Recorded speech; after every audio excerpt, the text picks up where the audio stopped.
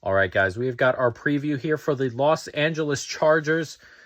Over under 8.5 is their season win total. Last year ended in kind of disgrace as Brandon Staley kind of got moved on. The team quit on him in prime time against the Raiders. The Raiders put up 63, I think it was. A mix of a team giving up and a team playing for their coach all in one go. And it was horrible night. And, no Herbert or anything like that. It was terrible. And that was the definite end of Brandon Staley. And it's a whole new regime here as we jump into it. Jim Harbaugh, the new head coach, did really well at San Francisco before. Did pretty well at Michigan. It's a different game in college, 1, and 2. Recruiting recruiting and roster building are two completely different things at the two different levels too. So just in terms of roster construction, it's a little bit different. So it's been a while since he's been in the NFL. I assume it'll take a little bit to kind of get back to everything where he'd like it to be. And the game has changed quite a bit since he showed up, but he was also one of the first, head coaches who was, using mobile quarterbacks, in a really good way and, scheming that out. So he's a forward thinker in a way, but right now his offense is a lot of heavy running. They bring in Greg Roman at OC, who's going to also be a heavy running guy. You saw that at Baltimore for a while. He's going to be a heavy running guy. And when your head coach wants to run the ball a lot, this is probably the OC you kind of want. Not necessarily if you have, I know a lot of people make that comparison. You have Justin Herbert, you want to throw the ball a bunch. And you don't want to take it out of his hands type of stuff. But if the team's running well, you want a good quarterback, obviously, for longer third downs and things of that nature. But this is the type of coordinator you want on an offense like this if you're going to run the football. Jesse Minter comes with Jim Harbaugh from Michigan, defensive coordinator there. We'll see how he steps up into a situation that's not particularly great in terms of roster. So, let's jump right on into that roster. Justin Herbert, as we talked about, an excellent quarterback. Has all the tools and tangibles. There's some things he can definitely work on. And he's also dealing with plantar fasciitis, I believe it is, in his foot. That's a pain tolerance thing. We'll see how that goes along the season. I remember Eli Manning had that for a while, and that seems to... it noticeably bugs these quarterbacks for sure. And then they go ahead and trade for Taylor Heineke, which, to bring in a decent backup, just in case something does happen with Herbert and he can't really go anymore. You have a decent enough backup. Running back room, interesting. Gus Edwards, J.K. Dobbins, they both come over from Baltimore. Greg Roman likes them. I expect J.K. Dobbins. J.K. Dobbins is a good running back when he's healthy. Gus Edwards, short yardage kind of guy. Cavani Vidal, younger player there. So I expect Dobbins and Edwards to get a majority of the carries. I actually expect Dobbins to get a ton of work. The problem here will be their health. Then we'll see how the season goes along with their health. Dobbins has been so unlucky with some of these injuries, man, and hopefully he can stay healthy because I think he'll get a lot of work. Wide receiver room, not good. Josh Palmer is the one. Quentin Johnston is still... he had such a bad year, didn't he? And I'm not sure if it gets any better. It seems like it's in his head. It's having drop problems, route running problems. He's got tells on routes and things like that. It's not ideal. Ladd McConkey gets drafted, comes in, play out of the slot. We'll see if he can hit the ground running. DJ Chark, is a body. Darius Davis, Brendan Rice, just depth, nothing good. It's a really, really weak room. Tight end, Will Dissly, Hayden Hurst. Nothing great here. Hurst is older, getting away from him here. Dissly, I don't know, maybe okay. This is not really, in terms of other tight end rooms, we are not very high on the list with this one.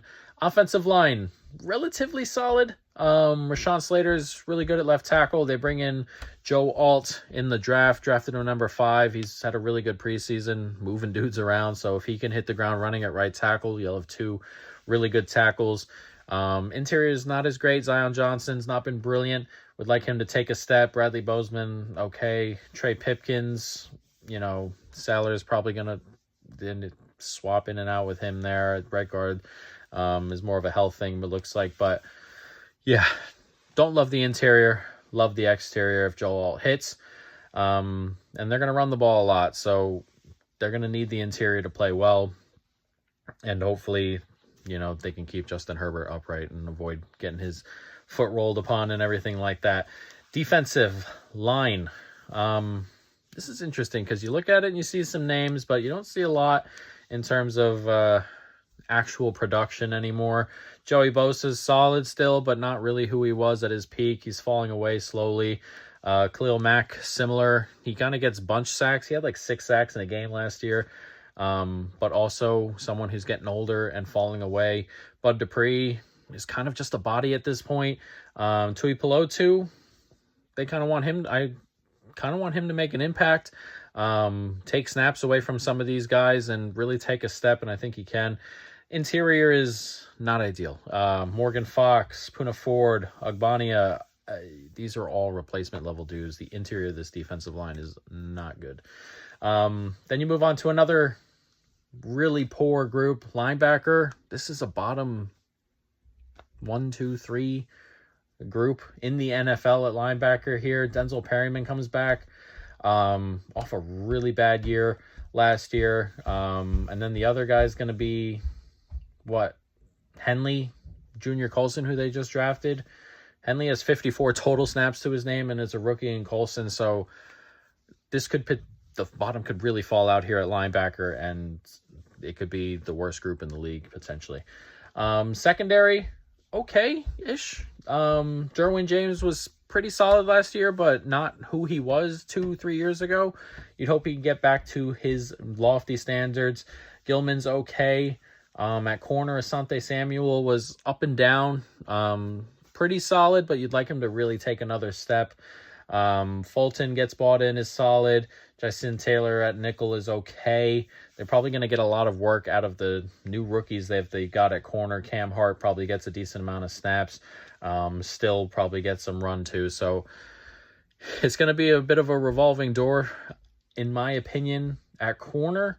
But you need to find something that really hits. And if the defensive line is not getting any pressure, it could be in a really bad spot because the linebackers are certainly not going to cover particularly well. So, yeah, it's interesting.